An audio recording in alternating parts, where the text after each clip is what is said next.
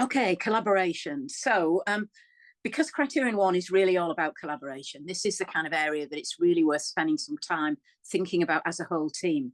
I'm aware that in some institutions who have gone for CATE, some teams have got together and talked between themselves about what they think they're doing that's collaborative and what collaboration means to them as a team. And that can be quite a helpful sort of jumping off point for really making sense of what they are doing or what the team you're in is doing to effectively collaborate to make the bigger difference. So it's worth thinking about how you collaborate and capturing that evidence and thinking about activities you've done together and what those activities have done to really make a difference to the institution, to the students you work with, or to the staff that you're working with. Wherever you're making a difference, why are you making a difference because of that activity together? So capturing the evidence of that collaboration. It's important to think about how one of the things that we sometimes notice in claims, and this is, I think, one of the challenges that I talk about with reviewers, because I train the reviewers for CATE is one of the kind of jobs that I do. So I get to meet the reviewers and talk with them about what they're seeing in CATE claims. And one of the things that we talk about quite a bit in training is the difference between collaboration and cooperation.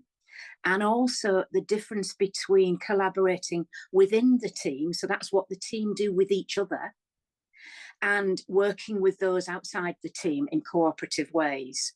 So again, that's something to really kind of bottom out with the team. So talk with each other in the team, or talk with the team that you're working with, to get them to think about what they do together that works and helps them be more effective, but also then how they work with others and how each of the people in that team work with others in different ways. So there's a lot of complexity to this, I think, but it's what makes the difference.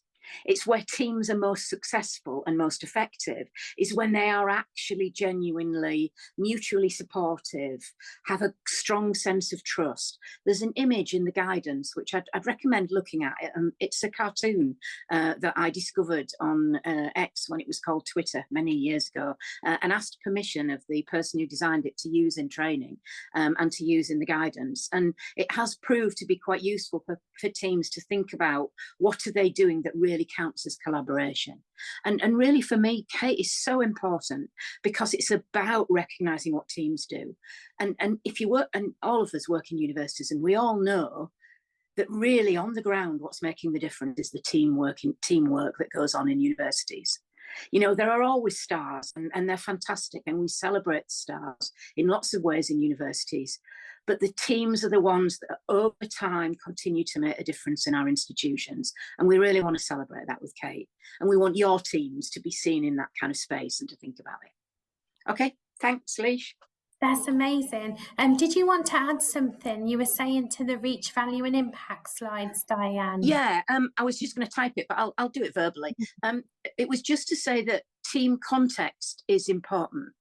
Yeah. So when you were talking about reach, value and impact, it's important for teams to think about whether their particular team is doing something unusual in their context. So is it unusual in your university or in your type of university? Or is it unusual in your discipline? Or is it unusual in your department? Or is it unusual with this type of students? And it's picking up, thinking through those things can help you really draw out what is the reach of your activity. So you're reaching students that perhaps other people in your type of university have had difficulty reaching.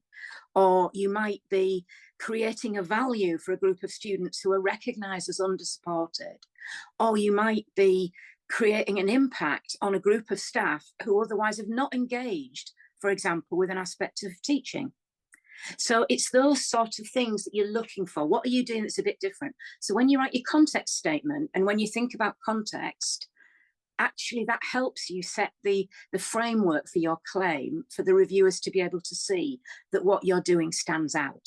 Because that's what gets you a higher score in the scoring process. It's showing them that your work is standing out in a variety of ways, and your context helps them see that. I'm going to say anything on here that we haven't covered. I said earlier on about the difference between projects and activities. What this is really about on this slide are the things that we know have been tripping up points for teams. So where teams have sometimes had a really fantastic team, but they've somehow not managed to get it across in the claim. And sometimes it's because of some of these factors. And I just wanted to draw out these potential tripping up points, if you like. And one of them is this project versus activities, just being sure that you make sure that you actually talk about what the team is doing when you are, if you are talking about a project. Because one of the things we sometimes find is that teams are really excited about the project they've been involved in, understandably, particularly if it's a very impactful project that's really making a difference to student learning. And as a result, in writing a claim, they focus a lot on the project, and you don't necessarily see the roles of the individual members of the team or the way in which they work as a team. So if you're finding that's happening with a TEAL application you're writing, or with a team you're working with a CATE application you're writing, or a team you're working with if you're a TEAL, it's worth stepping back and thinking, right, where's the team in this? Get that team visibility in there. You know, do you need to take a little bit out about the project to focus on the team a bit more, to really bring out their roles and activities and their collaborative practices? And the thing about evidence versus examples is there can be a lot of exciting examples in a claim. And it's just been shown when you're writing one or supporting a team to write one, that you're thinking about, is the evidence there around the examples? Can you see that those examples have had an impact? Can you see that those examples are good examples of how the team collaborates for criterion 1? Are they good examples of impact for criterion 2? So it's just to weigh that sort of thing up. We've talked about what is collaboration already, I think. I've talked about impact there and talked about evidence versus examples. The last bit I just wanted to pick up here is that there's sometimes some questions or confusion about the role of literature and the role of the story that you tell, the narrative, if you like. And both the narrative and whatever pedagogical research you are using are important. But it is an award for a collaborative team and its impact.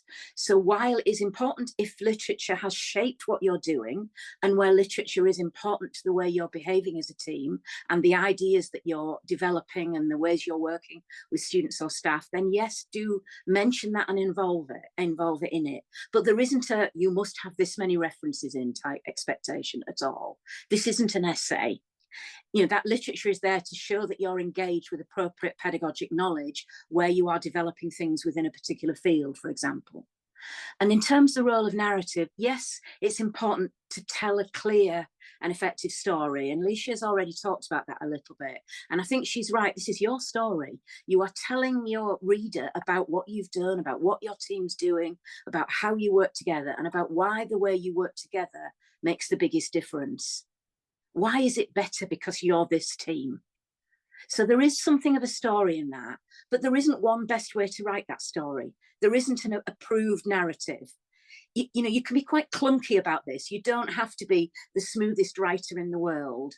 If you have something good to tell, that will come through. If you've got the evidence, your team is collaborating, and you talk about those things in your claim, then the narrative will look after itself to a certain extent. So try not to worry too much about that aspect. But yes, you are telling your story. Tell us about what you've done and why it works.